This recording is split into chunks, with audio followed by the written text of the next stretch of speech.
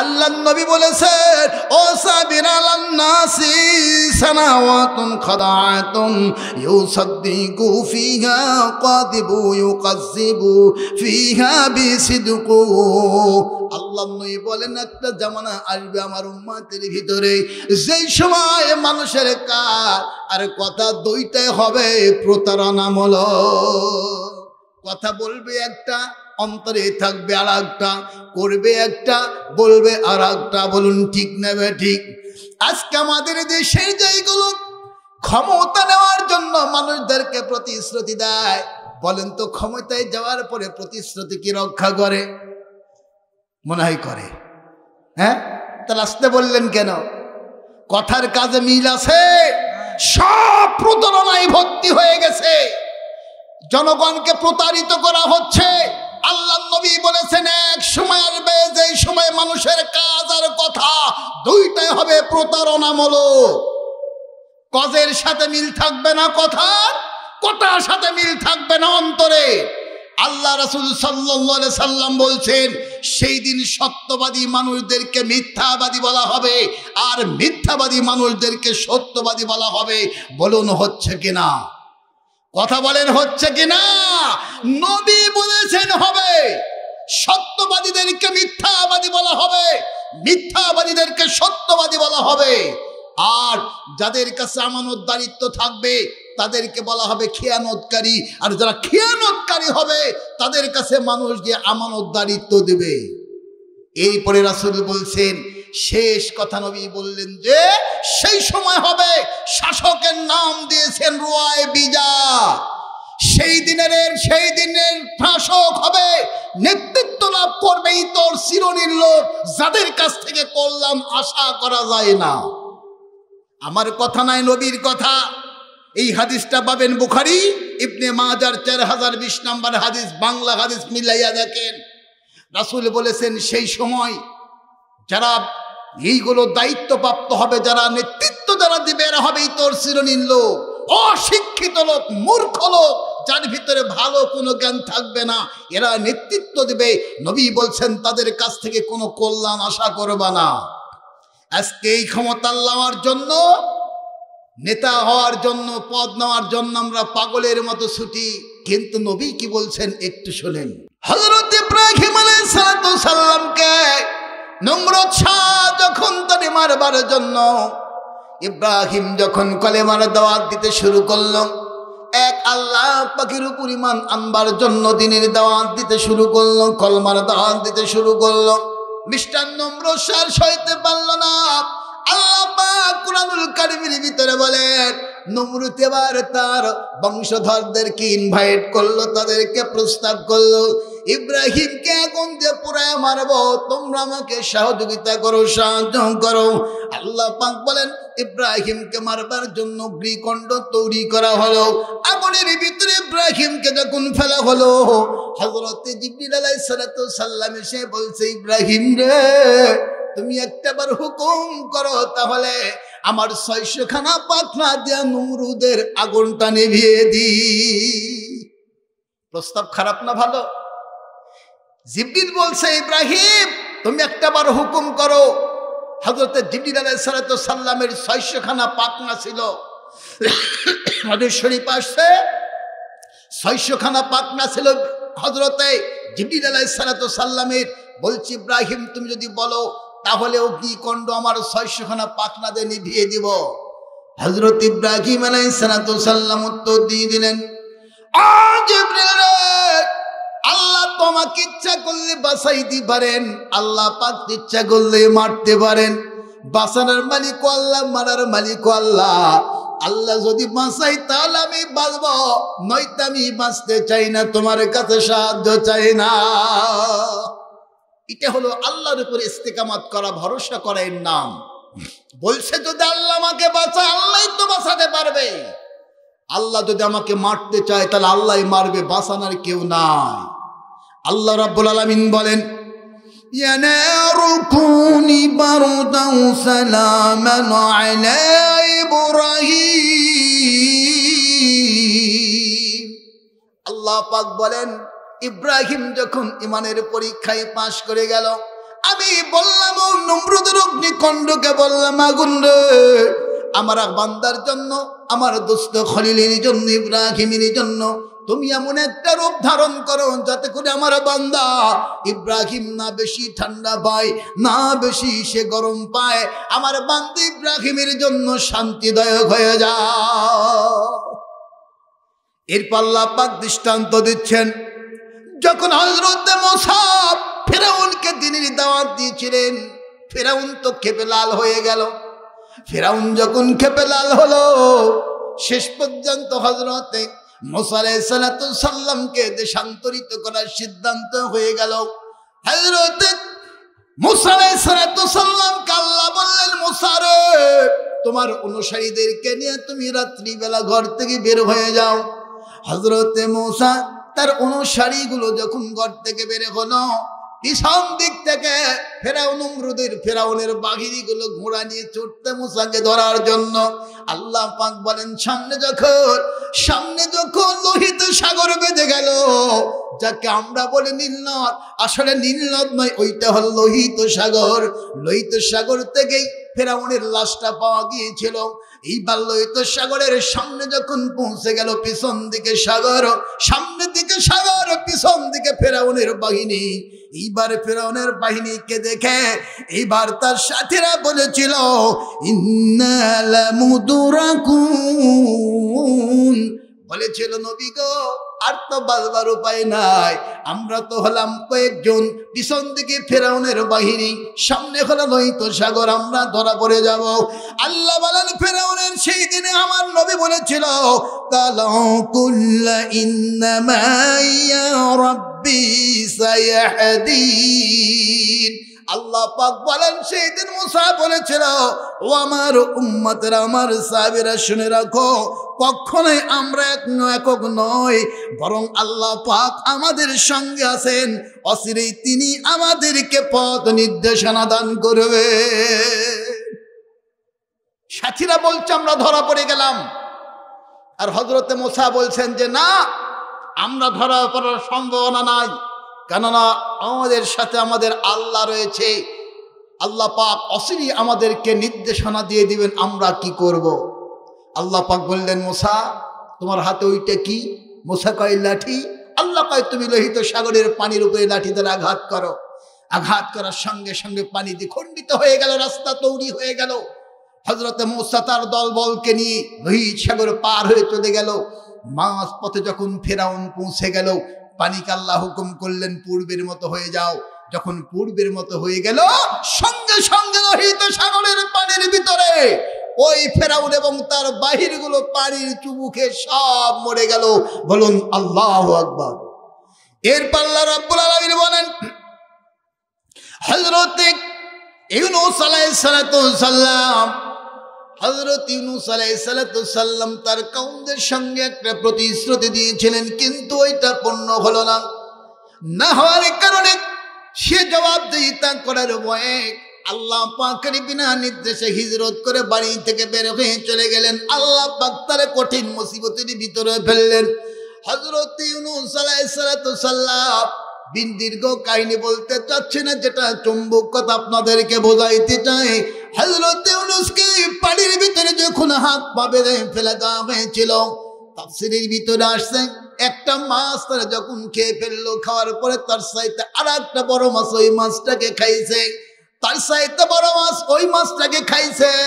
এমনি করে কয়েকটা মাছ যখন ওই মাছটাকে খেলো, হযরত ইউনূস কয়েকটি মাছের পেটের ভিতরে যখন অবস্থান করছিলেন, বিজ্ঞানগুলো প্রমাণ করেছে পৃথিবীর সব চাইতে বেশি হজমের শক্তি হলো মাছের।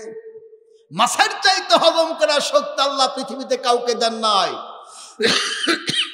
তাফসীরের ভিতরে লেখা হচ্ছে, হযরত ইউনূস আলাইহিস সালাম আস্তে আস্তে যখন মাছের পেটের যেই পদার্থ রয়েছে, এই পদার্থ দ্বারা যখন সে আস্তে আস্তে সিদ্ধ হতে শুরু করেছে, চামড়ায় তাপ চলে গেছে, হযরত ইউনূসের ঘুমটা ভেঙে গেছে।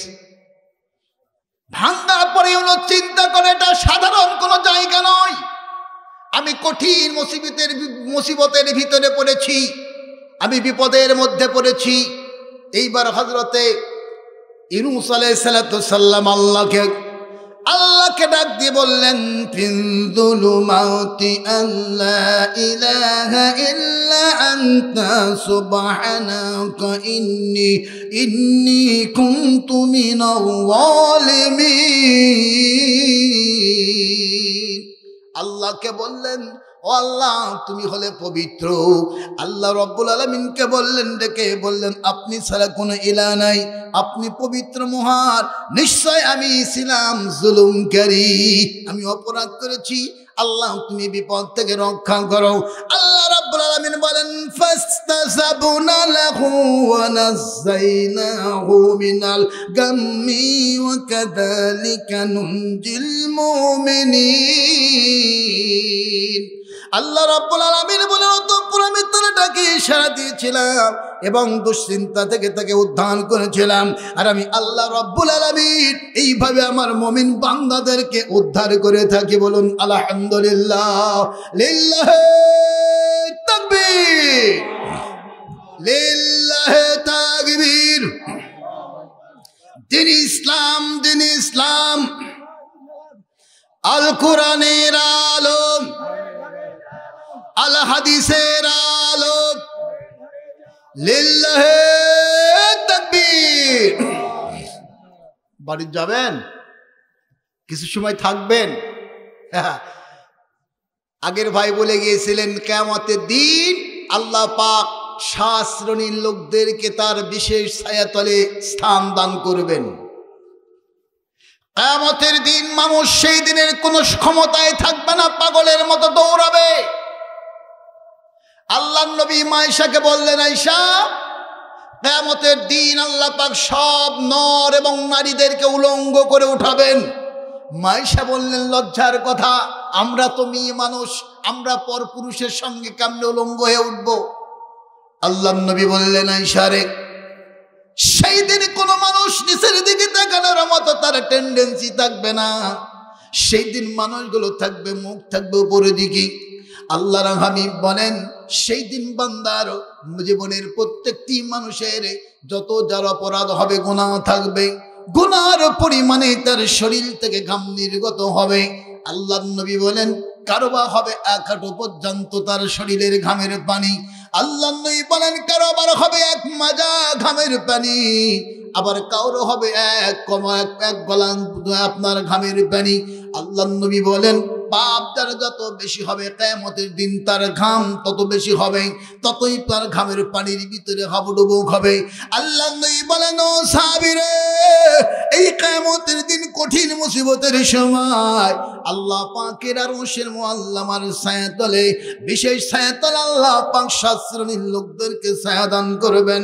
আল্লাহর হাবিব বলেন, কাফা ক্বালা সাবআতুম জিল্লুহুমুল্লাহু তাআলা ফি জিল্লি ইয়াওমা লা যিল্লু ইল্লা যিল্লুহু ইমামুন আদিলুন। বলুন আল্লাহু আকবার।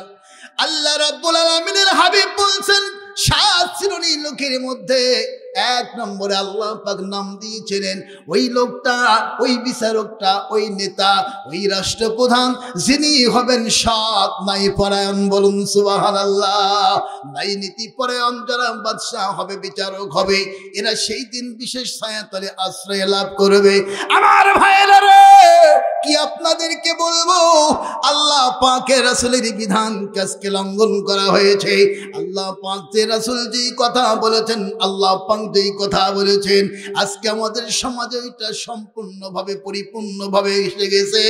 আল্লাহর নবী বলেছেন, ও সাবিরালান নাসি সানাওয়াতুন খাদাআতুন ইউসাদ্দিকু ফিহা কাযিবু ইউকাযযিবু ফিহা বিসিদকু। আল্লাহ নবী বলেন, একটা জামানা আসবে আমার উম্মতের ভিতরে, যেই সময় মানুষের কাজ আর কথা দুইটাই হবে প্রতারণামূলক। কথা বলবে একটা, অন্তরে থাকবে আর একটা, করবে একটা, বলবে আর একটা। বলুন ঠিক না ঠিক? আজকে আমাদের দেশের যেগুলো ক্ষমতা নেওয়ার জন্য মানুষদেরকে প্রতিশ্রুতি দেয়, বলেন তো ক্ষমতায় যাওয়ার পরে প্রতিশ্রুতি কি রক্ষা করে? মনে হয় করে। হ্যাঁ, তাহলে আসতে বললেন কেন? কথার কাজে মিল আছে? সব প্রতারণায় ভর্তি হয়ে গেছে, জনগণকে প্রতারিত করা হচ্ছে। আল্লাহ নবী বলেছেন এক সময় আসবে যে সময় মানুষের কাজ আর কথা দুইটাই হবে প্রতারণামূলক। কাজের সাথে মিল থাকবে না কথার, কথার সাথে মিল থাকবে না অন্তরে। আল্লাহ রাসূল সাল্লাল্লাহু আলাইহি সাল্লাম বলছেন সেই দিন সত্যবাদী মানুষদেরকে মিথ্যাবাদী বলা হবে আর মিথ্যাবাদী মানুষদেরকে সত্যবাদী বলা হবে। বলুন হচ্ছে কিনা? কথা বলেন হচ্ছে কিনা? নবী বলেছেন হবে। সত্যবাদীদেরকে মিথ্যাবাদী বলা হবে, মিথ্যাবাদীদেরকে সত্যবাদী বলা হবে। আর যাদের কাছে আমানতদারিত্ব থাকবে তাদেরকে বলা হবে খেয়ানতকারী, আর যারা খেয়ানতকারী হবে তাদের কাছে মানুষ গিয়ে আমানতদারিত্ব দেবে। এরপরে রাসূল বলছেন শেষ কথা নবী বললেন যে সেই সময় হবে, শাসকের নাম দিয়েছেন রুয়ায়ে বিজা। সেই দিনের শাসক হবে, নেতৃত্ব লাভ করবে ইতর শ্রেণীর লোক যাদের কাছ থেকে কল্যাণ আশা করা যায় না। আমার কথা নাই, নবীর কথা। এই হাদিসটা পাবেন বুখারী ইবনে মাজার 4020 নম্বর হাদিস, বাংলা হাদিস মিলাইয়া দেখেন। রাসূল বলেছেন সেই সময় যারা এইগুলো দায়িত্বপ্রাপ্ত হবে, যারা নেতৃত্ব যারা দিবে এরা হবে ইতর শ্রেণীর লোক, অশিক্ষিত লোক, মূর্খ লোক, যার ভিতরে ভালো কোনো জ্ঞান থাকবে না, এরা নেতৃত্ব দিবে। নবী বলছেন তাদের কাছ থেকে কোনো কল্যাণ আশা করবা না। আজকে এই ক্ষমতা নেওয়ার জন্য, নেতা হওয়ার জন্য, পদ নেওয়ার জন্য আমরা পাগলের মতো ছুটি, কিন্তু নবী কি বলছেন একটু শোনেন। عن أبي هريرة رضي الله عن النبي صلى الله عليه وسلم قال من جويل قضيا بين الناس فقد ذو بها بغير سكين। আল্লাহ নবী বলেন দুইজন মানুষের মধ্যে একজনকে যখন নেতা বানানো হয়, একজন কাজী বানানো হয়, বিচারক বানানো হয়, নবী বলছেন যেন বিনা ছুরি দিয়া তারে জব করা হয়। দুইজন মানুষের যদি একজনকে নেতা বানানো হয়, নবী বলছেন তার বিনা ছুরি দিয়ে জব করা হয়। দুইজন মানুষের একজনকে যখন বিচারক নির্ধারণ করা হয়, কাজী বানানো হয়, আল্লাহ নবী বলছেন বিনা ছুরি দিয়ে তারে জবাই করা হয়। হযরত আমিরুল মুমিনিন ওমর ইবনে খাত্তাব রাদিয়াল্লাহু আনহু জাহানের খলিফা হলেন। সত্যিকারের ইমানদার, আল্লাহকে বিশ্বাসী যদি কোনো বিচারক হয়, শাসক হয়, তার অবস্থা কেমন হয় দৃষ্টান্ত দিচ্ছি ইবনে হিশাম থেকে। ইবনে হিশামের ভিতরে স্বর্ণাক্ষর ইতিহাসের পাতায় লেখা হলো হযরত ওমর ইবনে খাত্তাব রাদিয়াল্লাহু হলেন জাহানের খলিফা। জাহানের খলিফা হওয়ার পর হিমশির গভর্নরিত্ব দেওয়ার জন্য সাইদ বিন আমেরকে ডাকা হলো। আমিরুল মুমিনিন বলে সাইদ বিন আমের রে, তোমাকে হিমশির গভর্নরের দায়িত্ব আমি অর্পণ করতে যাচ্ছি। হযরতে সাইদ বিন আমের বলেন আমিরুল মুমিনিন, আমি ওই কাজের উপযুক্ত নই, আমি ওই দায়িত্বটা নিতে পারবো না। হযরতে আমিরুল মুমিনিন বলে সাইদ বিন আমের তোমাকেই নিতে হবে। এবার সাইদ বিন আমের আল্লাহর রাসূলের হাদিসটা শুনিয়ে দিলেন। তিনি বললেন ক্বালা মান জুবিয়া কাদিয়াম কাযিয়া বাইনান নাসি ফাকাদ জুবিহা বিগাইরি সিকিন। ওমর তুমি কি শোনো না, আল্লাহ নবী বলেছেন দুইজন মানুষের মধ্যে থেকে একজনকে যদি বিচারক বানানো হয়, একজনকে যদি নেতা বানানো হয়, আল্লাহ নবী বলেছেন বিনা ছুরি দিয়ে তারে জবাই করা হয়ে যায়। আমি সাইদ বিন আমের, আমি হিমসের গভর্নর হতে পারবো না, আমি সেখানকার দায়িত্ব নিতে পারবো না। হযরত আমিরুল মুমিনিন হযরতে ওমর ইবনে খাত্তাব রাদিয়াল্লাহু বললেন সাইদ বিন আমর রে, তুমি একটা প্রদেশের দায়িত্ব নিতে যদি এত ভয় করো, এত তোমার অন্তর যদি ভয়ে বিকলিত হয়ে যায়, আমি আমিরুল মুমিনিন ওমর ইবনে খাত্তাব কেমন করে জাহানের খেলাফতের দায়িত্ব চালাবো? সাইদ বিন আমর রে, যদি তুমি এইটা গ্রহণ না করো, আমিও খেলাফতের দায়িত্বটা ছেড়ে দিই, কেমন হবে? শেষ পর্যন্ত সাইদ ইবনে আমর রাজি হয়ে গেল। হিমসের গভর্নরের দায়িত্ব সাইদ বিন আমেরকে দিয়ে দেওয়া হলো। ঐতিহাসিক লিখতেছে হযরতে ওমর ইবনে খাত্তাব রাদিয়াল্লাহু একটা প্রতিনিধি দল তৈরি করলেন, ওদেরকে বললেন যাও হিমস নগরীতে চলে যাও, ওখানে যাওয়ার পরে দেখো গো হিমসির ভিতরে সবচাইতে গরিব মানুষ কারা রয়েছে তাদের একটা লিস্ট করে নিয়ে এসে জমা দাও। এইবার সাইদ বিন আমেরের ওই হিমসের যাওয়ার পরে ওই প্রতিনিধি দলগুলো এইবার তার একটা লম্বা লিস্ট তৈরি করেছে, গরিবদের জন্য লিস্ট তৈরি করা হয়ে গেছে। ইতিহাসে লিখতেছে সর্বপ্রথম যেই নামটা ফকিরের খাতায় লেখা হলো এই নামটা হলো সাইদ বিন আমেরের নাম। হিমসের একজন গভর্নর, ওই লোকটার মিসকিনের খাতায় ফকিরের খাতায় 1 নম্বরে নামটা লেখা পড়ে গেছে। আমিরুল মুমিনিন লিস্টটা পাবার পর সর্বপ্রথম যখন নামটা দেখলাম, দেখার পরে জিজ্ঞাসা করে সর্বপ্রথম 1 নম্বরে যে নামটা লিখেছ এই নামটা কোন সাইদ বিন আমেরের নাম? এইবার লেখক ভাই বলল এইটা হলো হিমসের গভর্নর সাইদ বিন আমের। হযরত ওমর ইবনে খাত্তাব রাদিয়াল্লাহু বলেন আল্লাহ এমন একজন লোককে আমি দায়িত্ব অর্পণ করেছি, আল্লাহ সে সঠিকভাবে তার দায়িত্ব পালন করে, বলুন সুবহানাল্লাহ। কিন্তু এমন লোকটা ফকিরের খাতায় যার নামটা 1 নম্বরে গেল, এই লোকটার জন্য আমিরুল মুমিনিন কিছু অর্থ দিয়েছিলেন, কিছু খাবার দিয়েছিলেন, টোপরা করে নিয়ে যাওয়া হলো। এইবার সাইদ বিন আমেরের বাড়িতে গিয়া প্রতিনিধি দলগুলো ডাকতেছে সাইদ বিন আমেরকে। সাইদ বিন আমের যখন দরজা খুলে বের হয়ে আসলেন, আসার পরে তার হাতে পুটনাটা দিয়ে বললেন আমিরুল মুমিনিন এইটা আপনার জন্য উপঢৌকন পাঠিয়েছে। সঙ্গে সঙ্গে সাইদ বিন আমের চিৎকার মেরে বললেন ইন্না লিল্লাহি ওয়া ইন্না ইলাইহি রাজিউন। এইবার বাড়ির ভিতর থেকে তার স্ত্রী যখন তার স্বামীর দোয়াটা শুনতে পেলেন, বাড়ির ভিতরে স্বামীকে ডাক দিয়ে নিলেন। নেওয়ার পরে বলে স্বামী গো কি দুর্ঘটনা ঘটেছে, কি খারাপ সংবাদ তুমি পাইলাও, তার জন্য তুমি দোয়াটা তো বলুন দোয়া যে পড়াও। আমিরুল মুমিনিনের যে অর্থ প্রেরণ করা হয়েছিল, এইবার সাইদ বিন আমের বলছে স্ত্রী গো আল্লাহ পাক চরম পরীক্ষার ভিতরে আমারে ফেলে দিয়েছে, যেই জনগণগুলো না খেয়ে রয়েছে এই না খেয়ে থাকা জনগণকে রেখে আমি কি করে আমার আমিরুল মুমিনের উপঢৌকন গ্রহণ করব। এইবার স্ত্রী বললেন আপনি পোটনাটা খুলুন। এইবার পোটনা খোলা হলো, পোটনা খোলার ভিতরে অনেকগুলো মোহর পাওয়া গেল। স্ত্রী বলে স্বামী গো চিন্তার কোনো কারণ নাই, গরুর দেওয়ার কারণ নাই, আপনি এইগুলো অর্থগুলো গরিবদের ভিতরে বন্টন করে দিন। জোরে জোরে বলুন মারহাবা। স্ত্রী বলতেছে যে ফেরত দেওয়ার দরকার নাই, দিছে যখন এইগুলো গরিবদের ভিতরে দিয়ে দেন। বউ ভালো না খারাপ? কথা বলেন ভালো না খারাপ? আমাদের বউ হলে কি বলতো, হ্যাঁ আরো অতগুলো নিয়ে আসো, নিয়ে আসলে সামনে রোজারি দে একটা হার গড়াও, ঠিক না বেঠি? আর রাসূল বলেছেন খোলে কাতমিন জেলাইন, নারীদেরকে তৈরি করা হয়েছে বাঁকা হাত দিয়া। বুখারীর হাদিস, নবী বলছেন নারীদেরকে বাঁকা হাত দিয়ে তৈরি করা হয়েছে, এই জন্য নারীদের স্বভাব হলো বাঁকা। আল্লাহ নবী বলেছেন যে খবরদার ওদের সাথে জোরাজুরি করতে যে না, মোলায়েম ব্যবহার করো, আর বেশি করে প্রশংসা করো, ভুয়া প্রশংসা করো। এই রোজার ঈদে জর্জের শাড়ি নিবে, খুব যেতে যদি না হলে ঈদই হবে না। আল্লাহ নবী বলছেন তার মাথায় হাত দাও, তোমার স্ত্রী মাথায় হাত দিয়ে তারিফ করো, প্রশংসা করো, হাই লাভলি তুমি কত সুন্দর, তোমার মতো সুন্দর বউ পাইছিলাম বলে আজকে জীবন ধন্য।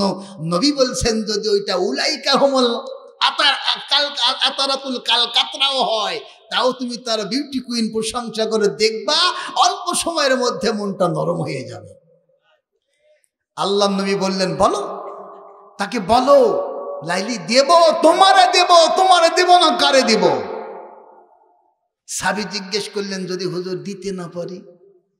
আল্লাহ নবী বললেন সাহাবীরে ওই সময়ের সংসারের শান্তি ফেরানোর জন্য যদি তুমি ভুয়া প্রশংসা এবং ভুয়া দান করো, আর ওইটা দেওয়ার যদি তোমার সামর্থ্য না থাকে, আল্লাহর নবী বললেন তোমার কোনো গুনাহ হবে না। তাই বলে এই হিকমত কাজে লাগায়েন না, বিপদে পড়বেন। আমার মায়েরা বোনেরা আপনাদেরকে বলি, মা দেখেন একজন আমিরের স্ত্রী কত তার স্বভাব, কারিমানি জোরবা কত। স্বামীকে বললেন যাও গরিবদের ভিতরে বন্টন করে দাও। আল্লাহ নবী বলেন কোন স্বামীর অনুপস্থিতিতেই স্ত্রী যদি দান করে, মিসকিন ফকিরকে যদি দান করে, তাহলে ওই নেকিটা স্ত্রীও পাবে স্বামীও পাবে। কিন্তু মাপ 1 কেজি চাল যদি আপনার স্বামীর অগোচরে বিক্রি করেন, আল্লাহ নবী বলেন ওইটা চুরির খাতায় লেখা হবে। দান করলে আপনি নেকি পাবেন, আপনিও পাবেন, আপনার স্বামীও পাবে। কিন্তু চুরি করে যদি বিক্রি করেন, তাহলে চুরির খাতায় আপনার নামটা লেখা পড়বে। হযরত আমিরুল মুমিনিন উপঢকনটা পাঠাইলেন, সাইদ বিনামের বন্টন করে দিলেন। আমার ভাইরা, অল্প কিছুদিন পর সাইদ বিনামের বিরুদ্ধে হযরত আমিরুল মুমিনিনের কাছে অভিযোগ চলে গেছে। 4টা অভিযোগ গেছে হযরত আমিরুল মুমিনিনের কাছে অভিযোগ গেছে। 1 নম্বর অভিযোগ করেছে আমাদের আমির প্রতিদিন আমাদের সঙ্গে দেখা করতে বিলম্ব করে। 2 নম্বর, আমাদের আমিরকে রাত্রিবেলা ডাকলে সে আমাদের ডাকে সাড়া দেয় না। 3 নম্বর অভিযোগটা হলো আমাদের আমির মাঝে মাঝে একদিন করে আমাদের সঙ্গে সাক্ষাৎ করে না। 4র্থ নম্বর অভিযোগ হলো আমাদের আমির আমাদের সঙ্গে কথা বলতে বলতে অজ্ঞান হয়ে যায়, বেহুশ হয়ে যায়। যখন এই রিপোর্টটা আমিরুল মুমিনিনের কাছে যখন অবজেকশনটা চলে গেল, হযরত আমিরুল মুমিনিন চিন্তা করে আল্লাহ, যে সাইদ বিন আমির ছিল আপনার মিসকিনদের প্রথম কাতারে, ওই সাইদ বিন আমিরের বিরুদ্ধে আজকে কমপ্লেইন এসেছে। আল্লাহ রাসূলের সাহাবী আমিরুল মুমিনিন এইবার তার বিচারের জন্য হিমসে যাবেন। যাওয়ার পূর্বে আল্লাহর কাছে দোয়া করে, আল্লাহ যে সাইদের বিচার করার জন্য আমি যাচ্ছি মাবুদ, তার জনগণ যে 4টা অভিযোগ করেছে, আল্লাহ তুমি 4টা অভিযোগ খণ্ডন করার তৌফিক সাইদ বিন আমিরকে দিয়ে দিও।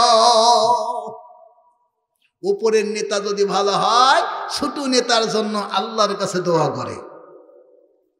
ওমর দোয়া করতেছে আল্লাহর কাছে, আল্লাহ সাইদ বিন আমিরের বিরুদ্ধে যে কমপ্লেইন গুলো করা হয়েছে, এটা যেন সাইদ বিন আমির খণ্ডন করতে পারে।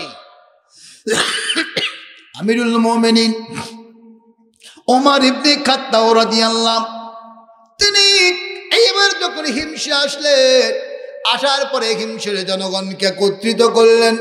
করার পরে ডাক দিয়ে বলে, তোমরা তোমাদের আমিরের বিরুদ্ধে 1 নম্বরের অভিযোগ করেছ, সে প্রতিদিন তোমাদের সঙ্গে সাক্ষাৎ করতে বিলম্ব করে।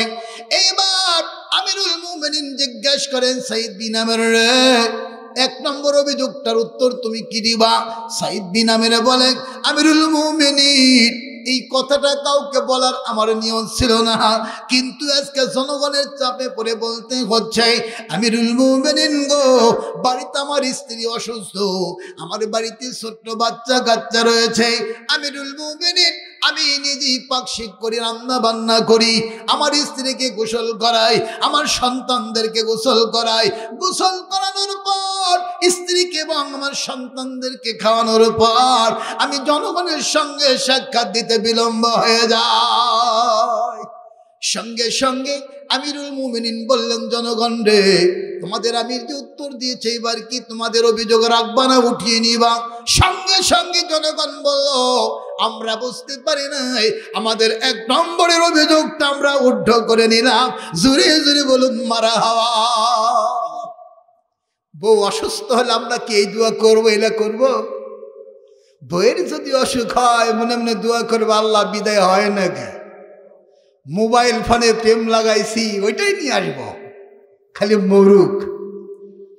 আর সাইদ বিন আমির অসুস্থ বউয়ের সেবা করেন, গোসল করান, খাইয়ে দাইয়ে জনগণের কাছে যেতে বিলম্ব হয়। 2 নম্বরের অভিযোগ, রাত্রিবেলা ডাকলে কেন আমির সাড়া দেয় না? এইবার সাইদ বিন আমির বলতেছেন, আমিরুল মুমিনিন এই জন্য আমি ডাকে সাড়া দিতে পারি না, সারাদিন জনগণের কাজে ব্যস্ত থাকবার কারণে আমার মাবুদের সঙ্গে আমার আত্মার যোগাযোগ হয় না। এই জন্য রাত্রিবেলা আমি আমার মাবুদের সঙ্গে আত্মার যোগাযোগ করবার জন্য আমি তাহাজ্জুদের নামাজে রাত্রি কাটিয়ে দিই। এই নেতার পাবেন? এই নেতা পাওয়া যাবে? শান্তি কেমনে পাবেন? হবে না। এইবার আমিরুল মুমিনিন বললেন, দ্বিতীয় নাম্বার তোমাদের যে অভিযোগটা করেছে এইবার তোমরা কি বলবা? জনগণ বলেন, আমাদের এই অভিযোগটা আমরা উদ্ধৃত করে নিলাম। তৃতীয় নাম্বার অভিযোগ, সে কিছুদিন পর পর একদিন করে আমাদের সঙ্গে সাক্ষাৎ করে না কেন? এইবার আমিরুল মুমিনিন সাইদ বিন আমেরকে জিজ্ঞাসা করলে সাইদ বিন আমের বলেন, আমিরুল মুমিনিন, আমি যদিও হিমসের গভর্নর, আমাদের পরিধানের বস্ত্র মাত্র একটা জুব্বা বেশ কয়েকদিন ব্যবহার করবার কারণে এই জুব্বাটা ময়লা হয়। এই ময়লা জুব্বাটা খাঁজবার কারণে আমি একদিন করে আমার জনগণের সঙ্গে সাক্ষাৎ দিতে পারি না। আমাদের দেশে একজন সামান্য মেম্বার চেয়ারম্যানের ফ্যাশন দেখেন, কয়টা পেন্টুল, কয়টা শার্ট, কয়টা আবার মোবাইল। একটা মেম্বারের কাছে যদি 3টে 4টে মোবাইল লাগে তাহলে প্রধানমন্ত্রী কয়টা দরকার? আর এবার আপনার মেম্বারের বয়ের আবার ফোটাঙ্গি দেখেন, ওর আবার ফোটাঙ্গি অন্যরকম। কিন্তু কে একজন হিমসের গভর্নর, একটা প্রদেশের যিনি হলেন প্রধান, তার পরনে একটাই মাত্র জুব্বা। এইবার জনগণ বলল, আমরা বুঝতে পারি নাই, আমাদের আমিরের উপর থেকে 3 নম্বর অভিযোগ উদ্ধৃত করে নিলাম। 4র্থ নম্বর অভিযোগটা হলো, আমাদের আমির আমাদের সঙ্গে কথা বলতে বলতে বেহুশ হয়ে যায়। এটার কারণ কি? এইবার সাইদ বিন আমির বলে, আমিরুল মুমিনিন, আমি যখন ইসলাম কবুল করি নাই, ইসলাম কবুল করার পূর্বে একটা ঘটনা দেখেছিলাম। আল্লাহর নবীকে আমি জিজ্ঞাসা করে, আল্লাহর নবী বললেন, সাহাবীরা বলো এটার অর্থ কি? আল্লাহর নবী এটা পড়ে শোনালেন, ইন্নাল্লাযীনা ক্বালু রাব্বুনাল্লাহু সুম্মা ইসতাকামু তাতানাজ্জালু আলাইহিমুল মালাইকাতু আল্লা তাখাফু ওয়ালা তাহজানু ওয়া আবশিরু বিল জান্নাতিল্লাতী কুনতুম তুআদুন। আল্লাহ নবী যখন বললেন, ও সাহাবীরা বলো আয়াতের অর্থ কি হবে? আমি আল্লাহ নবীকে একটা ঘটনা শুনাইছিলাম। আমি যখন ইসলাম কবুল করি নাই, 2 পাহাড়ের পদদেশে গো আল্লাহর এক বান্দাকে ওই কাফেরেরা, উতবা সাইবা, এই ধরনের আবু লাহাব, এই ধরনের লোকজনগুলো যখন ওই আল্লাহর বান্দাকে চতুর্দিক থেকে ঘেরাও করে রেখেছে, আল্লাহর বান্দার দুহাত দুদিকে টান করে বেঁধে রেখেছে, 2টা পা দুদিকে টান করে বেঁধে রেখেছে। আর একজন এসে বলল, রে মুহাম্মাদের শিষ্য, যদি তুই এই মুহূর্তে আমাদের কাছে তোর মুহাম্মাদের ধর্ম ছেড়ে দিয়াও, আমাদের ধর্ম যদি গ্রহণ করিস, তাহলে তোকে এখান থেকে মুক্ত করে দেওয়া হবে।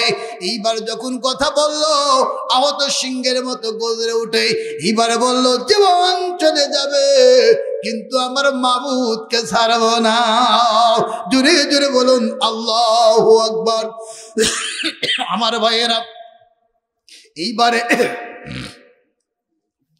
শেষ করবো ইনশাল্লাহ।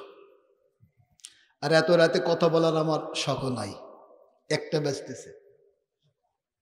কথা হলো এই, যখন আল্লাহ রাসূলকে বলল 2 ব্যক্তির, হাদিসটা লম্বা হাদিস, সার কথা হলো ওই আল্লাহর বান্দার ডান হাত বাম হাত, ডান পা বাঁ পা কেটে ফেলা হয়েছিল।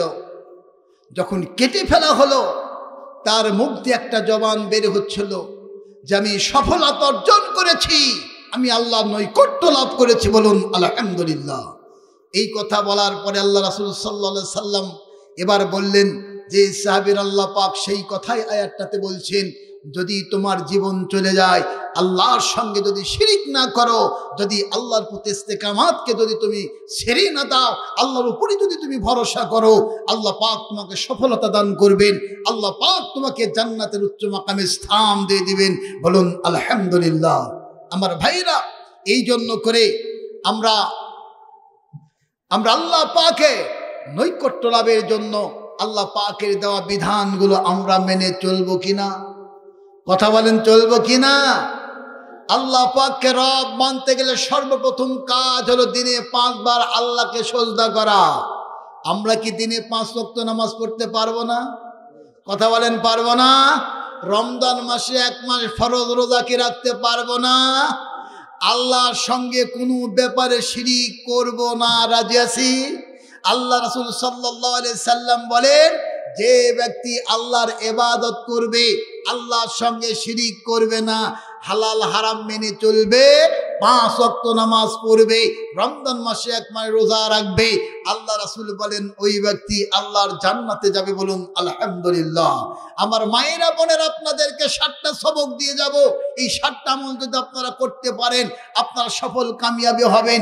আল্লাহ রাসূল সাল্লাল্লাহু আলাইহি সাল্লাম এক হাদিসে বললেন, যে মহিলারা দিনে 5 ওয়াক্ত সালাত আদায় করবে, রমজান মাসে 1 মাস ফরজ সিয়াম পালন করবে, আর নিজের সতীত্বের হেফাজত করবে, পর্দানিশীন হবে। আমার মায়েরা বোনেরা, আজকে আমাদের দেশের মা বোনেরা পর্দা কি এটা বুঝতেও চায় না। আর পর্দার কথা শুনলে মা বোনদের গায়ে আগুন জ্বলে। ও যে কিরণমালা খাইছে সব। ভারতে এই কয়েকটা চ্যানেল, টিভি নাই, দেখো না, ভালো নামও জানা নাই। এই যে আপনার স্টার জলসা আর কি যেন নাম আছে, এই ভারতের জি বাংলা সি বাংলা যা আছে, এই ভারতের অপসংস্কৃতি দিয়ে এই মুসলমান নারীদের চরিত্র হরণ করে নিচ্ছে। আর সবচাইতে বড় বিপদ টেনে এনেছে এই করোনা নামক আল্লাহর গজব। আর মাঝখান থেকে বাইফোর সন্তানদেরকে মোবাইল দেওয়া।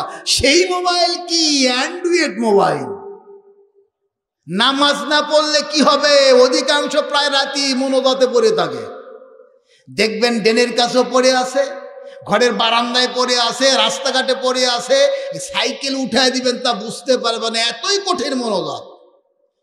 বুঝেছেন? মোবাইল মোবাইল এই যে টিপতিছে আর টানতিছে, এমনই পাগল হয়েছে যে গাড়িটাও তোর গায়ে উঠলো, বুঝতে পারবো না কি হলো। এই মনোজাতে সব শেষ করছে এক মোবাইল, আর হলো আপনার ভারতের অপসাংস্কৃতিক গুলো, এই চ্যানেলগুলো, এইগুলো দিয়ে মুসলমানের ছেলেদের মেয়েদের চরিত্র হরণ করেছে। হবে তো। আল্লাহ বলেছেন, ইয়া আইয়ুহাল্লাযীনা আমানু, হে ঈমানদারগণ, হে বিশ্বাসীগণ, লা তাত্তাখিযুল ইয়াহুদা ওয়ান নাসারা আউলিয়া, তোমরা কখনো বিধর্মী ইহুদি নাসারাদেরকে বন্ধু বানায়ো না। এরা তোমাদের চিরশত্রু। এরা চিরশত্রু, তোমাদেরকে ধ্বংস করতে চায়। আর বর্তমান বিশ্বে পরাশক্তি রাষ্ট্রগুলো, বিধর্মী রাষ্ট্রগুলো, এরা সবচাইতে বড় মজবুত হাতিয়ার বেছে নিয়েছে। এরা চিন্তা করে দেখেছে যে বাংলাদেশের মুসলমানদেরকে, গোটা বিশ্বের মুসলমানদেরকে কামানের ভয় দেখায়া, বুলেটের ভয় দেখায়া, ককলেট মেরে আর চকলেট দিয়ে এদেরকে পরাস্ত করা যাবে না। পরাস্ত যদি করতেই চায়, এই মুসলিম দেশের নারীদেরকে বেহায়াপনার দিকে লাগাও, এদেরকে বড় বস্ত্র থেকে বিবস্ত্র করো, এদের মধ্যে জেনার প্রকোপ বাড়িয়ে দাও, তাহলে মুসলমানের ঈমান নষ্ট হবে, এরা অধঃপতন হবে। এই হাতিয়ার ছাড়া বিকল্প কোনো হাতিয়ার দিয়ে মুসলমানদেরকে ধ্বংস করা যাবে না। এইটা ইসলামের পরাশক্তিদের চক্রান্ত। এই অপসংস্কৃতি বুঝেন না কেন? এইগুলো চ্যানেল ভারতে চলে। আর পিস টিভি কি যে করছিল, পিস টিভি আউট করে দিছে। আমার ভাইয়েরা আর কথা বাড়াতে চাচ্ছে না। মায়েরা বোনেরা, আপনারা পর্দানিশীন হবে মা। আর স্বামী থাকলে স্বামীর খেদমত করবেন। স্বামীর খেদমত না করে আপনি জান্নাতে যেতে পারবেন না। আপনার স্বামী যদি কাফেরও হয়, বেনামাজি হয়, যদি মতারও হয়, গাদারও হয়, আপনার দায়িত্ব হলো তার পরিচর্যা করা। সে যদি আল্লাহমুখী না হয়, সে দায়িত্ব তার। যেমন ফেরাউনের স্ত্রী আসিয়া ফেরাউনের আদর যত্ন ঠিক করেছিল, রাতের অন্ধকারে আল্লাহকে ডেকে ডেকে কেঁদেছে, আল্লাহ মঞ্জুর করেছে। মরার পূর্বে দুনিয়া থেকে আল্লাহ পাক জান্নাতের প্রতিচ্ছবি দেখিয়ে দিয়েছিলেন। বলুন আলহামদুলিল্লাহ। আমার মায়েরা বোনেরা, আল্লাহ নবী বলেছেন, স্বামী হলো স্ত্রীর জন্য জান্নাত, স্বামী হলো স্ত্রীর জন্য জাহান্নাম। স্বামীর মনকে যদি আপনি খুশি করতে পারেন, তাহলে আপনার জন্য জান্নাতে যাওয়া সুবিধা হবে। এমনকি স্বামীর দায়িত্ব হক এতই, আল্লাহ নবী বলেছেন, একটা স্ত্রীর সমস্ত কি বলে স্বামীর সমস্ত গা যদি ঘায়ে খসে পড়ে, ঘা দিয়ে যদি কেশানি বের হয়, সহিহ হাদিস থেকেই বলছি, যদি ঘা দিয়ে কেশানি করে করে পড়ে, আর কোন স্ত্রী যদি ওইটা জিহ্বা দিয়ে পরিষ্কার করে দেয়, আল্লাহ নবী বলেন তাও স্বামীর হক পূর্ণ হবে না। আমার মায়েরা বোনেরা, স্বামীর হক আদায় করবেন। তাই বলে আবার আপনি খালি স্বামীর হকই নিবেন, আপনার স্বামী হিসাবে স্ত্রীর হকও আপনাকে পালন করতে হবে। কিন্তু আসলটাই তো আমরা করি না। স্ত্রীর 1 নম্বর হক হলো তার মহারণা। 1 নম্বর হক তার মহারণা তার হাতে দেওয়া। যতক্ষণ মহারণা তার হাতে বুঝিয়ে না দেওয়া হয় ততক্ষণ বিবাহ সই হয় না, শুদ্ধ হয় না, সঠিক হয় না। মহারণা বাতি রেখে যতই আপনি 4 কালমা পড়েন, 6 কালমা পড়েন আর কবুলের চিল্লা মারেন, আপনি যতদিন মহারণা বাতি রেখে স্ত্রী ব্যবহার করবেন আপনার আমল নামায় জেনার গুনাহ লেখা হবে।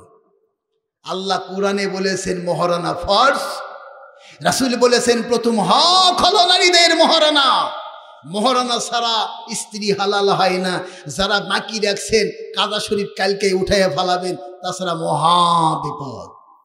মায়েরা বোনেরা 5 নম্বরে আপনাদেরকে বলি, মা 5 নম্বর হলো আপনার স্বামীর সঙ্গে প্রেম নিবেদন করবেন। নবীকে জিজ্ঞেস করা হলো যে সবচাইতে উত্তম নারী কারা? আল্লাহ নবী বললেন যার ভিতরে 3টা গুণ আছে সে হলো খায়ের নারী, উত্তম নারী। 1 নম্বর হলো যেই নারী স্বামীকে বারংবার প্রেম নিবেদন করতে পারে। স্বামী বাড়িতে আসলো, স্বামীকে সালাম দিল, মুস্কি হাসলো, একটু জড়িয়ে ধরলো, চুম্বন করলো, স্বামীর মন খুশি হয়ে গেল। মাঝখান থেকে আমল নামায় আল্লাহ পাক স্বামীকে খুশি করার জন্য সওয়াবও দিয়ে দিবেন। বলুন আলহামদুলিল্লাহ। কিন্তু এইটা যদি অপর কোনো পুরুষের কাছে যান না, আপনার আমল নামায় জিনার গুনাহ লেখা হবে। 6 নম্বর। আর 2 নম্বর রাসূল সাল্লাল্লাহু আলাইহি সাল্লাম বললেন যে স্বামী আদেশ করলে যে আদেশ পূর্ণ করে যেই নারী, যতই ব্যস্ততা আপনি থাকেন না কেন, স্বামী এসেছে আপনাকে একটা বলেছে, খেতে চাক কোনো জিনিস চাক, আপনি কোনো বাহনা ছাড়া যেটা করছেন ফেলে রেখে এসে স্বামীর আদেশটা পূর্ণ করতে হবে, মানতে হবে। আদার যে কোনো আদেশ হোক না কেন যেটা শরীয়ত ভিত্তিক হবে আপনাকে মানতে হবে। আর 3 নম্বর রাসূল বললেন যেই স্ত্রী তার নিজের জন্য যেটা পছন্দ করে স্বামীর জন্য এটা পছন্দ করে। অর্থাৎ যদি মা আপনার স্বামী যদি মোবাইল অন্য কোনো মেয়ের সঙ্গে যদি পরক্রিয়া করে অবশ্যই আপনাকে ভালো লাগবে না, এটা অপছন্দ করবেন। রাসূল বলছেন যদি তোমার স্বামী অন্য কারোর সঙ্গে পরকিয়া করলে যদি তোমাকে খারাপ লাগে, তুমিও যদি পরকিয়া করো এটা তোমার স্বামীর জন্য খারাপ লাগবে। সুতরাং তুমিও করতে পারবে না, তোমার স্বামীও করতে পারবে না। যেহেতু স্বামী করলে তোমার কষ্ট লাগে, তুমি করলে স্বামী কষ্ট পাবে। নিজের জন্য যেটা ভালো মনে করবে, স্ত্রীর জন্যটা ভালো মনে করতে, স্বামীর জন্যটা ভালো মনে করতে হবে। নিজের জন্য যেটা খারাপ মনে করবে, অপছন্দ মনে করবে, স্বামীর জন্যটা অপছন্দ মনে করতে হবে। মা এই 7টা সবক আপনাদেরকে দিয়ে দিলাম, আবার ভালো করে শুনুন।